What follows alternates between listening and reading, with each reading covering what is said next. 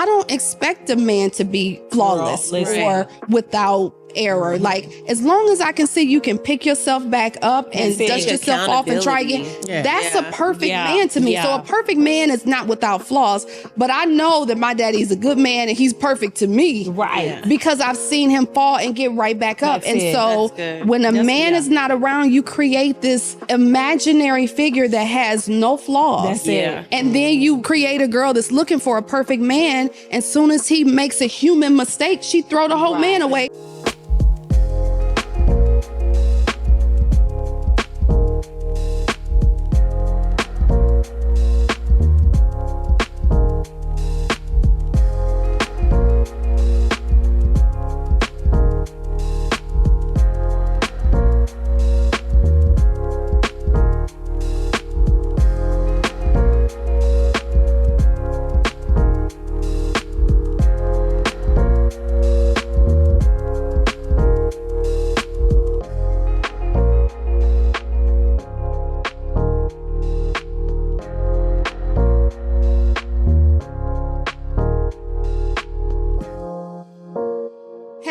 We are Let's Be Real, Not Right. And I'm Jen, the godmother.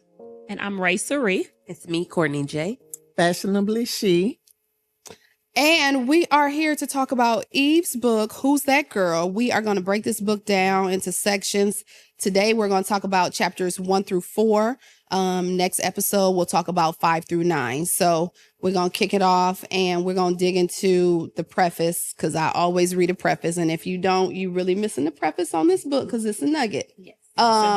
Y'all know she talked about Jay-Z, what he said to her when he called her up, like she was on her high horse. She was high, like, yeah, I made it. You know, I finally got it. And Jay-Z hit her with, congrats. But female hip hop albums really don't do that well. So my first take was it like, I was like, I was like, no, you didn't. Like, did you clutch your pearls? You was, I was about to say she clutched her pearls. Yeah, I'm like, why would you say that? Right. You know, so I was talking to Kyla about it, and she brought up a really good point, because I was offended, but I realized I was offended because I was raised, even when I waited tables, my dad was like, kid, I'm so proud of you. And I was like, this man crazy. I said, I'm waiting tables. I didn't say I had like a grand job. I said, I'm waiting tables. So I took that as like a dig, because that could be damaging. But Kyla, you said you took it the opposite. Yeah, I said I took it the opposite because I grew up with a mom who played devil's advocate off of everything. And not to be negative, but just to kind of say, don't get your hopes up too high. And so I live life always, I was just telling my twin that too. I live life always thinking of the opposite side. So I just took it as, okay, he's just letting her know, hey, I know you're on your high horse, but this is reality. So I didn't take it negative, and I feel like that the outcome was positive, even who knows what the intention was, but she used that to fuel her drive to making it, which she did. So yeah, very well. And I'm always leery of the butt. When somebody, it's gonna be the big butt. Okay,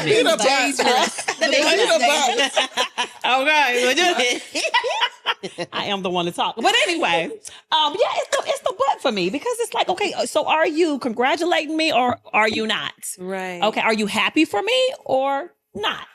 Because I don't think that you can be happy for me and still in the same sentence say, but I'm not sure if that's really gonna work out. No, that's real. It's real. That don't work, because again, now I'm feeling like I can't even take you seriously at this point. Because like, who are you? Are you like you for me? Exactly. Exactly. And maybe because and now we're talking about how we are raised and stuff, and that may be something for me, because I grew up with a lot of negativity. Okay, so I'm huge. I'm very huge on words. I'm big on words, because I feel as though it's triggering. Words can determine a lot of an outcome, really, even for the strongest person, and especially if it's coming from a person that you look up to. Okay. Yeah. And she did. And she did. And I think she even said that she saw him as a friend or something. Yes, she viewed him as a friend. She did. And so that can be very damaging to someone that you felt like would actually be like real with you and really congratulate you and really be bagging you on it. Yeah.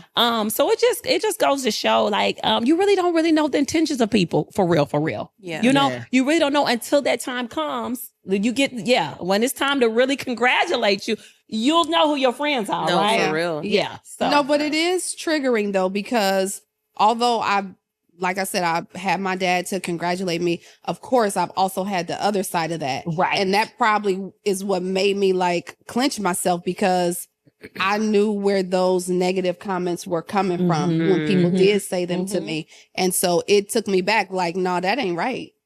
Yeah. So that goes to show like things that you say to people, back to what you said, really do have a lasting effect, because me reading the book as a 40-something-year-old woman took me back to when I was a child. Absolutely. And people saying stuff to me. Yes. So when you talk to kids, which my dad always say this too, be careful how you treat kids. You Be have careful. How you treat kids. And I took Yes. it all the way back, because even though she's excelled and went on to great things, she still remembers that. Absolutely. But do y'all think he was trying to be negative, or do y'all think he was just expressing what his reality was based on being in the industry? And I'm gonna be honest, I am a experience. Jay-Z fan, so I have to say that I really do think that he was level setting. And I'm glad that you brought that up, because we are in a place in time where I think we all need to be looking for the silver lining. Like I don't think that there's any purpose or anything great happening into not looking for the silver lining. So I would like to hope that it did come from a good place, and she used it to make her great. So I got to celebrate that. Yeah, and I think sometimes, to your point, seeing the negative, because my husband, he's a big devil's advocate player, if you will. You have to sometimes see things from a different perspective in order to get the full story, if you will.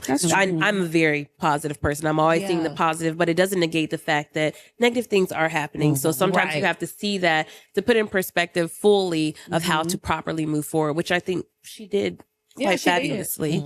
I love that. And I'm so glad that I do have, y'all here and Kyla to remind me of the other side of that. Yeah. So like I think that's the benefit of having these conversations. So and it's the benefit of having people in your corner that are really for you. Okay. So big. It strengthens you. It empowers you. It propels you to move forward, even in things that you don't feel like you're capable of doing. But having that solid support system means everything. Absolutely. Okay? And I'm also hoping that it encouraged Jay to have a conversation with her, or even if he didn't have one with her, to have him think about the things that he says going forward, and because I'm sure he would, because he was young, you know what I'm saying? Like this is like 20-something years ago. So I'm hoping that it'll cause him to rethink what he did, but I don't think he meant because I was actually shocked to read that happen, because Jay-Z like has a quote that's going viral that speaks on don't listen to other people's opinion, because it's only their experience. It's not your experience. So I was shocked to hear. I was super shocked because y'all also know about Jay-Z's uncle that he oftentimes talked about, that told him that he wasn't going to make it. Oh, wow. I didn't even know. So maybe that's learned behavior. No, and that's a real thing. 100%. You know, 100%. That's really a real thing, and not to give like any passes or anything, but it's real. You know, sometimes it's our environment and what we hear, it really affects us. Okay. And we don't get it until later on in life. Like, you really messed me up there, you know? Yeah. But now that I know better, I do understand better. Exactly. And that's why productive conversations are so important. That's why that was the foundation of Let's Be Real, Not Right. Like we can give everybody a different perspective in a productive conversation environment. So and a healthy. I like that. Too, so chapter 1. Let's go. Let's go. Murder Street. Murder Street. Murder Street.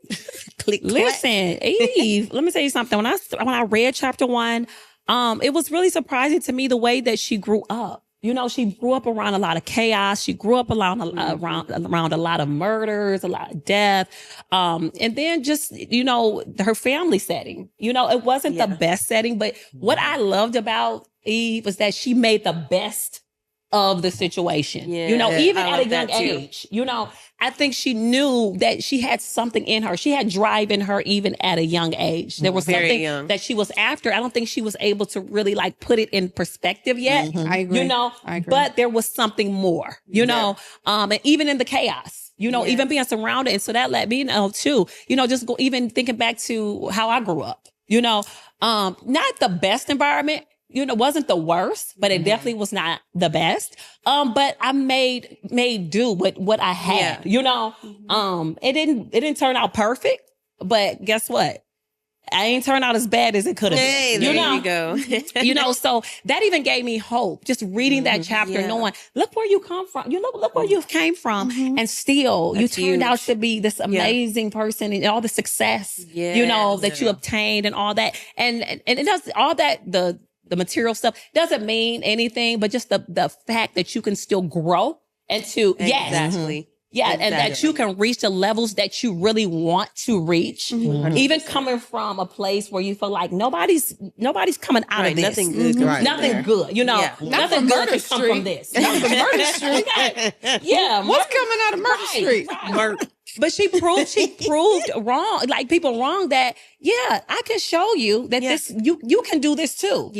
Something good can come out of this. So I really did enjoy that. And also the fact that the relationship with her father, she spoke about that a lot. She did. She did. Not really having her father in her life. I didn't have my biological father in my life. And I know it affected me in a great, great way, even down to the relationships that I chose throughout my life. Because I think the lack of having that father figure, that man growing up as a little girl, every little girl needs their dad. Okay. Girl, that fatherless daughter syndrome is real. And I see now how important that is, having my child's father in her life. And I see the difference. I see the difference with my daughter and having that relationship with her dad that I didn't have. And at first, and initially I was thinking like, this is weird. You know why it seemed weird? Because you didn't have it, Rachel. No, it was right. See, but I love that about you, because you can check yourself. And that's what this generation is missing. They don't nobody want to check themselves. Baby, I check myself so hard and raw in these walls. That's part of self-awareness. I don't have no fluff for you. I'm going to give you the real, the good, bad, and the ugly.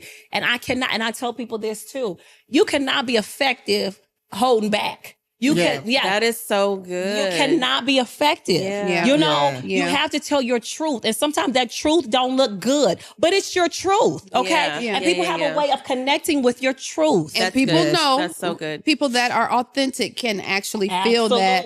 I was talking to a girlfriend of mine years ago, like I was in my early 20s, and I don't think I ever knew growing up, like what me having my dad around like was really what the real value was, like, because he was always there. So I just was like, yes, my dad. Like, not until I got older and I started to listen to my friends' conversations who didn't have a dad. And I was talking to a friend of mine, and we were talking about like, what's your dream, your dream guy, your dream husband? And she was like, well, as long as he'll go to the store when I'm sick and get my meds, and when I'm on my menstrual, he'll go get my feminine products. And I was waiting on some more, but that was it for her. Really? And I'm thinking, wow. Oh yeah. And she said if he opened her doors, and I'm like, all this, like, you don't care, like, if he's there, like, he can do all this other bad stuff. He can fight you. He can cheat on you. But she immediately reverted to the things that she was missing coming up. And that's when I just, of course, I didn't get on to my dad, but I started to have more conversations with men, like, being around your daughter is important. Absolutely. And here is why. Because at this big grown age, now I witness a lot of women when they're choosing men, and the men aren't perfect and they haven't had a male, as soon as they get a good man that has a flaw or he makes a mistake, they throw the whole man away. The whole Because they never had a man. And so I had to call my dad, and I think I put in his Christmas card too. And I said, what? No, for real, girl. I wrote it all out. The Christmas card. I wrote in his Christmas card because I want us to remember that specific year. So when he read his cards, because he keeps his cards. So I said, what makes you great is not that just you were there, is that not that you didn't have flaws, but I seen you fall, but I also seen you get back up. And that's how I know that you're a great man. So now I don't expect a man to be flawless or without error. Like, as long as I can see you can pick yourself back up and dust yourself off and try again, that's a perfect man to me. So a perfect man is not without flaws, but I know that my daddy's a good man and he's perfect to me. Because I've seen him fall and get right back up. So when a man is not around, you create this imaginary figure that has no flaws. And then you create a girl that's looking for a perfect man, and soon as he makes a human mistake, she throw the whole man away. And you know what, Jen, I'm glad you brought that up, because even I thought when you said that you're willing to throw the man away, not understanding, and I almost did that when I went to prison. Prison. Prison.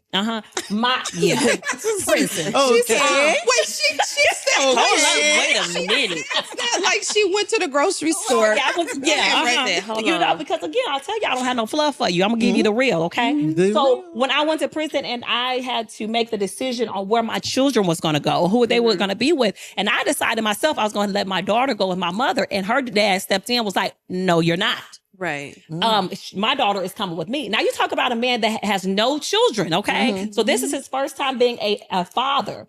But instead of me looking at that saying, you know what? You sure right. Yes, I'm going to allow you to be the father that you want to be. I kicked against that because I was not used to a man, a father standing up and saying, no, you're not going to send my child to another state. I don't care if it's your mother or not. I am going to take care of my child while you're gone. I don't care how many years you're going to be gone. This is my child and I'm stepping in. But I was willing to throw him away and say, no, something is wrong with you. Why do you want to take care of her? She's a little girl. You don't know nothing about little girls. You don't know how to be a father. You're a first time father. But no, this is a grown man willing. There you go. To step into his position. Yes. Whether I wanted him to or not. Anybody else would have been like, you know what?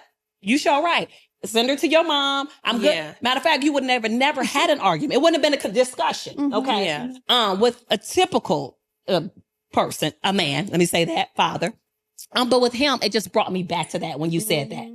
Because I did not recognize what a good man was, what a good father was. So you had to create that in your own head. Yes. And I had to watch it play out. And I wasn't trying to. But as I was in prison and calling home and seeing that this man is really doing this and he is not taking no for an answer. I love it. And so that just made it that more like, oh my God. You have to like reframe your thoughts and your thinking sometimes about that foundation that you grew up with. So that's awesome that you were able to, girl. Listen. You got through it though. I did. And did. Right? You heard me? But I like what you said too, because I want to run this back for the younger generation, because we are in a place where they feel like because of social media that they got to get it all and they got to get it fast. And if they don't have it now, like the suicide rate for young adults now is out of this world. And they talk about suicide like they go into the store. And I'm like, because you can't get your makeup done, because you can't, like, you just devastated. And so I think humble beginnings is no longer a thing, because they look on the internet and see, filters. They see filters, they see jewelry, they see a perfect picture, and they think that's how life is supposed to be like right now. And so I'm glad that Eve said, hey, my beginning looked like this. And she didn't glorify it like, oh, I'm just, I came out the bottoms. She didn't do that. She told you her honest truth. And I like how she didn't like bash her dad. She told his truth and she moved on. So that lets me know that she wrote this book from a healed place. That's good. Yeah, and you can't heal what you won't reveal. So it's like, that's good. Drop that. You gotta, listen, it gotta come out. You can't heal what you won't reveal. Y'all heard that? I'm picking up what you're putting down. Chapter 2. Who got chapter 2? Was that chapter 2? Yeah, Court chapter 2. That's me, Courtney J. So chapter 2 is not your average John. And for anybody who doesn't understand or know what John is, so it's a Philadelphia slang term for a noun, person, place, or thing. However, do not reference a male as a John. It's usually for a female. So Don't go to Philly doing that. Don't go to Philly doing that. Not me, Miss Germany, but no, seriously. So the overview basically, so Eve is 15 years old in this chapter, 15, 16. And this is where she comes to the point where she knows, I want to be a rapper. Out of everything else, I want to be a rapper. She was in school and she was just like, this is not for me. I don't want to do school. Yeah. I want to smoke my weed and I want to go write my raps. I love that she was honest about that. I just love she was honest about that. And I love it because at a place when I was 15 and in school, my parents had just divorced. And I was just in a place too where it's like, I don't want to go to school. I don't want to go to school, but you knew there was something more for you. Eve, she knew what that was. She knew she was going to be a rapper. Right. Me, I didn't really know what I wanted to do or anything like that, but I connected with the fact that I don't want to be here, but I know there's more. Yeah. For her, I love that she knew she wanted to be a rapper. And that wasn't a common thing, I don't believe, for females, especially back in the day, but she went with it. It wasn't common. It wasn't known, but she knew this is what I'm going to do. So I thought that was just so awesome. While growing up and being in school, she was a big sister. And I think that also related with me a lot because she called she called her little brother her baby. So basically she had the role of and responsibility of taking care of her little brother, making sure he was good while mom worked and all of that stuff. She worked outside of the home and, you know, following after this dream of wanting to be a rapper. So I called my sister my baby too. And of course I had my dreams and all that stuff. My parents were doing what they were doing. So again, I related with her in that aspect of like the responsibilities. And she knew she had a lot on her shoulders, but at the same time, she was like, I can take care of all of this, but I want to do more and I'm still going to go after that. And she never forgot it. Right. Yeah, and I love that. I applaud her for that. So what stood out most to me was, she felt, and Jen, you said something about this earlier about the generation now. She felt like she wasn't elevating quick enough. She was like, this is taking too long. Like, I need this to hurry up. And I think, right, like, let's go. What can I do to go to get this done faster? So again, where it worked out for her, I think a lot of times with this generation, with me in the past, you try to make things that you want happen faster for you. And a lot of times we can fall into a trap.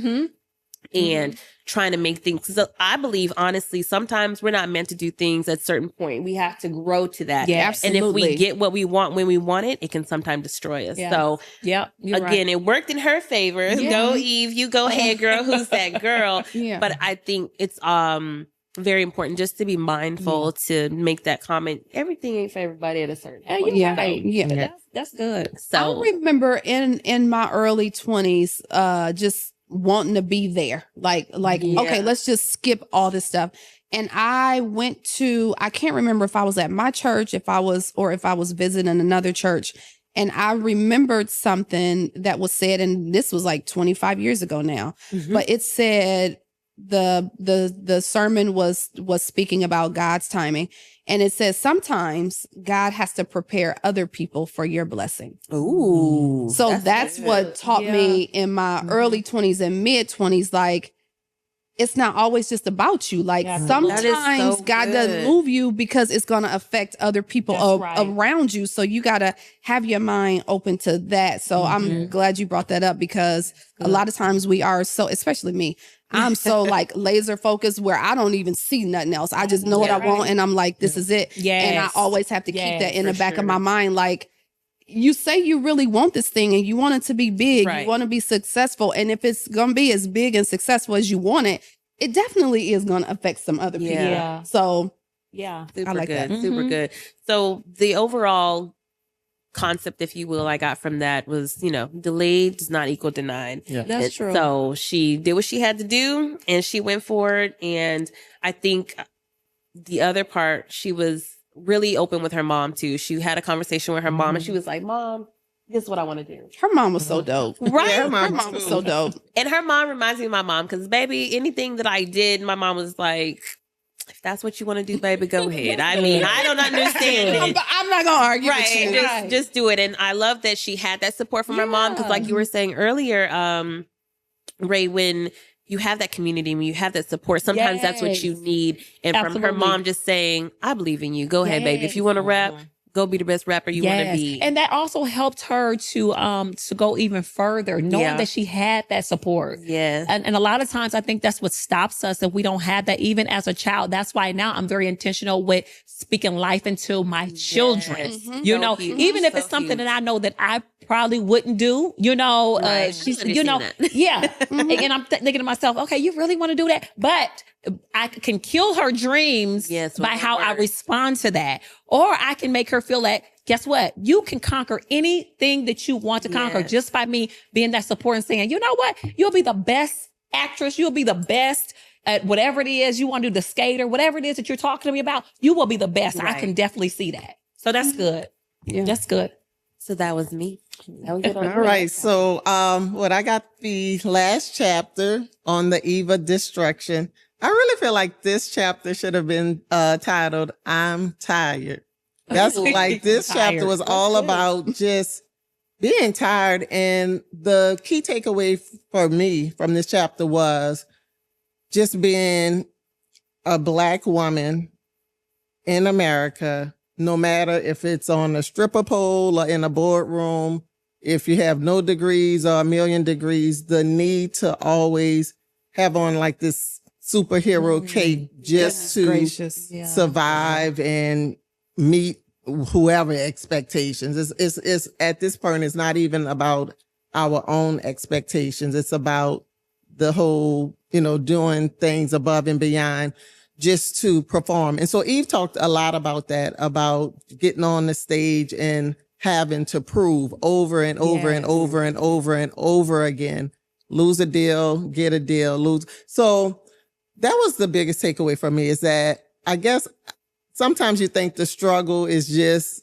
you know, if you grow up in a low income environment, whatever, it don't matter. It's like we see what kind of struggle. Like, it's just a struggle. So that was the biggest takeaway for me from that chapter. And what else? I think the one thing that I liked when she said, I'm just a girl trying to find a place in the world to make it. To me, that was, I felt that. I was like, you know what? That's all of us. That's it. And people can make your life so much easier if they just realize, like, I'm just trying to make it. And the last thing that I want to say is, you brought up her stripping.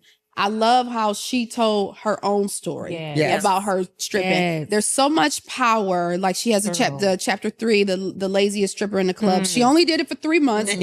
Let's be clear. And she did not want to. And she did not want to do it. Like, she asked them because she rapped for them verses. You know what I'm saying? So her telling her own story, she took her power back. And can't nobody tell your story like you can tell your story. You know what I'm saying? So I love her for that, because she didn't have to worry about nobody else. She did a front cover of a magazine with her story, and she told it before somebody else could. And people need to understand, writing these books about your personal life, y'all may think, oh, she bust Jay-Z out, or she talked about this, but the person that's most wounded when you write them books is the person that's writing it. That's right. Like, because you have to break yourself down. And to you talk know about that from experience. Firsthand, like, I think that if I wasn't so emotional about the things that I wrote, I could have wrote my book in probably like 2 weeks or 3 weeks, but it took me like 3 to 4 months, because I would write, cry, and throw my iPad, because I wrote my whole book on my iPad.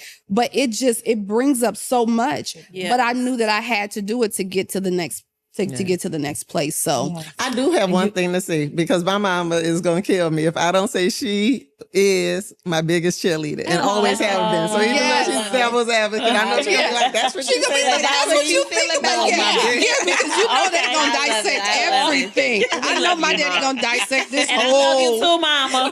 I love you, daddy. I love you, mama. I love you, Regina. Good Lord, the shout out. I love you, Lil YC. Right. So thank y'all for tuning in. This is chapters 1 through 4. We're going to get right back to you with chapters 5 through 9. But it's been good. It's been real. So at the end of the day, whatever you do, just keep it real. See you next time. Not right.